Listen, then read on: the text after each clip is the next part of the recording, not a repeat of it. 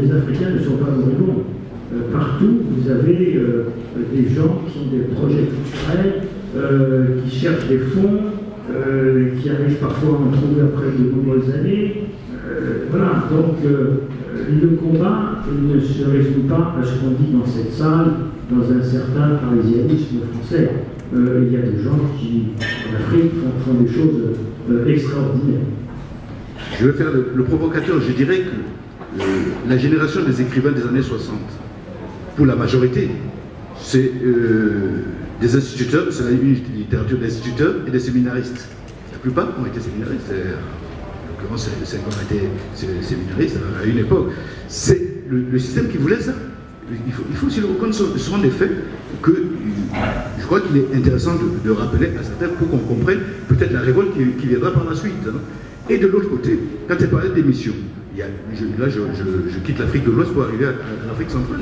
Il y a deux mouvements que je qualifierais de millénaristes. Il y a le kibangisme et le maçonnisme qui, justement, là, à la période des indépendances, vont aussi lutter contre la décolonisation et pour l'indépendance. C'est tout ce que c'est pour ça que je me permettais d'insister et de dire, vous demandez de rebondir là-dessus, d'approfondir.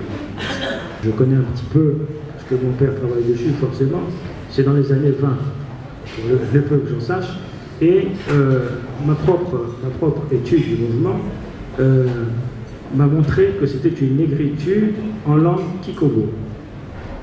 Voilà. J'ai écrit dans un article, je crois, sur Africulture, quelque chose comme ça. Alors, sinon, pour faire très court, parce qu'on va essayer de faire un petit parloir poétique, vous voulez me provoquer, voilà, Senghor est agrégé de lettres, bon, c'est vrai, bon instituteur. Donc voilà, mais c'est vrai que l'Église a beaucoup servi justement à donner les premiers rudiments d'instruction, parce que c'est vrai qu'il y avait une différence entre le système anglais et français, même si on arrive au même résultat, comme a dit Paul Eching qui est parti, mais il n'y avait pas beaucoup d'écoles. C'est pour ça qu'au Bénin, il y a eu beaucoup d'écoles. On appelait ça le quartier latin de l'Afrique. Et ces écoles-là, c'était des écoles essentiellement créées par les prêtres. Les administrateurs n'avaient pas intérêt à nous donner l'instruction, puisque dès que vous avez l'instruction, va suivre la contestation. Et donc, c'est ce qui expliquait très bien Souleymane Coly par rapport au feu de Poigny, qui avait une peur bleue des intellectuels et qui n'avait pas de ministre de la Culture jusqu'en 1977. Colonisé depuis 1830, il y a eu les Pères Blancs également qui ont participé à l'apprentissage de la langue. Bon, mais il y a eu aussi des gens comme Kateb Yassine, que Dieu ait son âme, qui est mort maintenant, un grand poète intellectuel algérien, et qui a dit que le français, la langue française, est un butin de guerre. On l'a arraché, on ne nous l'a pas donné, on l'a arraché, et avec 1,5 million de morts. Voilà.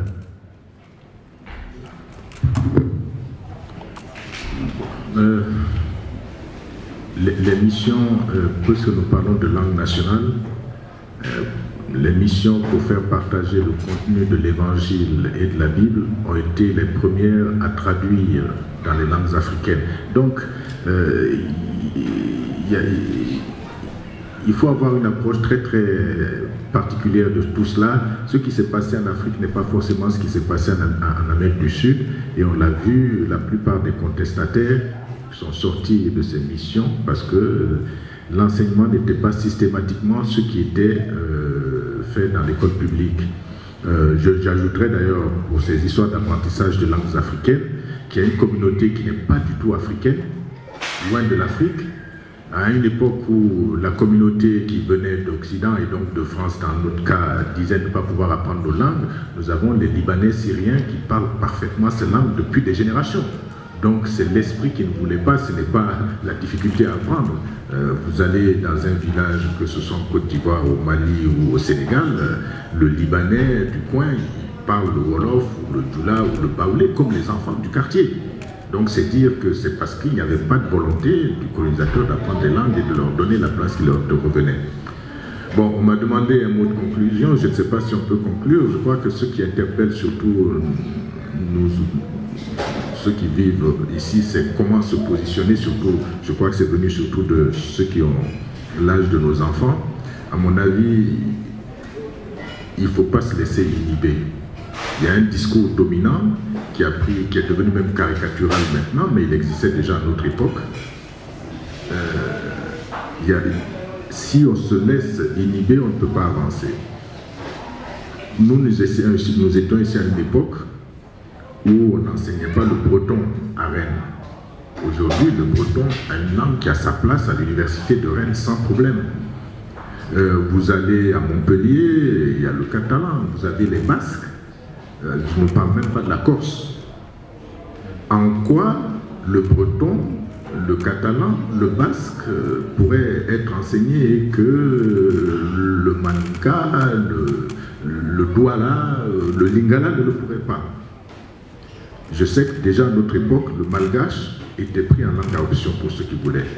Tout le reste était aux langues orientales. Ramenons-le au centre de la République.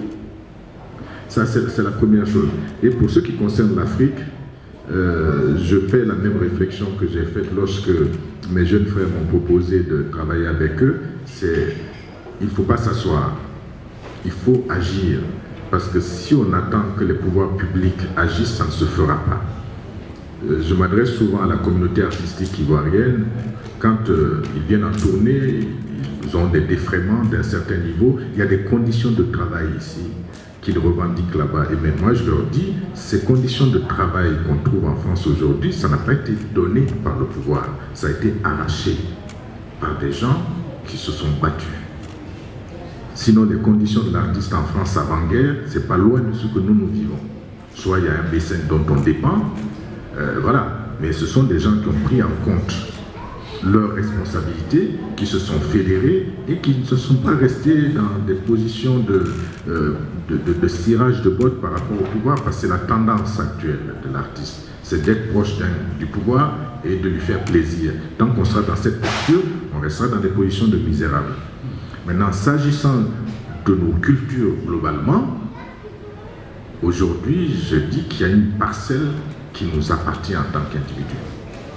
Je peux, chez moi, apprendre la langue que je veux à mon enfant, à condition que moi je la maîtrise. Il y a un certain nombre de choses que je peux faire passer dans ma famille qui n'est pas forcément de l'espace public. Donc ça veut dire qu'il y a un comportement, disons le citoyen, que nous pouvons maîtriser. N'attendons pas que des décisions globales se prennent et c'est pas à pas que nous avancerons. L'exemple que je vous donnerai pour terminer, qui conforte ce que je pense, c'est ce que nos frères africains-américains ont fait aux États-Unis. Ça, par contre, c'est quelque chose que nous avons vécu de très près, parce que le début des luttes violentes, nous étions ici. Les Black Panthers, etc., etc. Je ne dis pas qu'il faut engager des luttes violentes ou pas, mais ce sont des gens qui ont décidé à un moment donné que ce qui se passait hier ne continuera pas à se passer. Ils ont obtenu des Black Studies dans les universités et de fil en aiguille, ils ont pris en compte un certain nombre de choses qui font qu'ils sont là où ils sont aujourd'hui. Leur pouvoir culturel et leur pouvoir économique. Nous avons vu comment ont été organisées les funérailles de Michael Jackson. Êtes-vous capable d'organiser des funérailles d'un artiste africain de cette façon-là en France? Je ne le pense pas.